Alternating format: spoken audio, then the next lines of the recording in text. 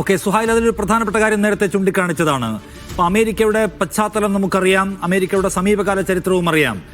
ഒരു മുസ്ലിം വിരുദ്ധ രാഷ്ട്രീയത്തിന് പരമാവധി സാധ്യതകൾ പ്രയോജനപ്പെടുത്താൻ കഴിയുന്ന അത്തരം പലതരം അന്തരീക്ഷങ്ങളുടെ പശ്ചാത്തലമുള്ള ഒരു നാട് കൂടിയാണല്ലോ അമേരിക്ക.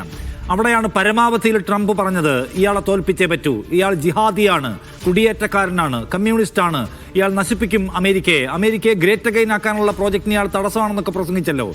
എന്നിട്ട് കൂടി ആ വാക്കിനെ തള്ളിക്കളയുകയാണ് അമേരിക്കൻ ജനത ചെയ്തത് എന്നത് കാണണം. എന്ന് മാത്രമല്ല, ജ്യൂസ് ഫോർ മംദാനി എന്ന് പറയുന്ന മൂവ്മെന്റ് ഉണ്ടായി, അവിടെ ഹിന്ദുസ് ഫോർ സൊഹറാൻ എന്ന് പറയുന്ന മൂവ്മെന്റ് ഉണ്ടായി. എന്ന് വെച്ചാൽ ഒരു ഒരു ഒരു ഇസ്ലാം ഫോബിക് ആയിട്ടുള്ള ഒരു സാഹചര്യത്തെ പ്രയോജനപ്പെടുത്താൻ ലോകത്തെമ്പാടും രാഷ്ട്രീയക്കാർ ശ്രമിച്ചുകൊണ്ടിരിക്കെ അതിൻ്റെ ഒരു പ്രധാന കേന്ദ്രമായ അമേരിക്കയിൽ അത് നേരെ തിരിയുന്നു എന്നത് ഉണ്ടാക്കുന്ന ഒരു ഇമ്പാക്റ്റ് എന്താണ്? അതിനൊരു കാരണം എന്താണ്?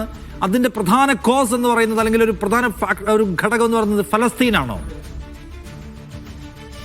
തീർച്ചയായും നിഷാദ്, അത് പറയേണ്ടി വരും. കാരണം പലസ്തീൻ പ്രശ്നം എന്ന് പറയുന്നത് അമേരിക്കയിൽ അതേപോലെ തന്നെ യൂറോപ്പിലെല്ലാം ഉണ്ടാക്കിയിട്ടുള്ള ഒരു തിരിച്ചറിവിന്റെ ഒരു ഇമ്പാക്റ്റ് ഉണ്ട്. അത് ചെറുതൊന്നുമല്ല.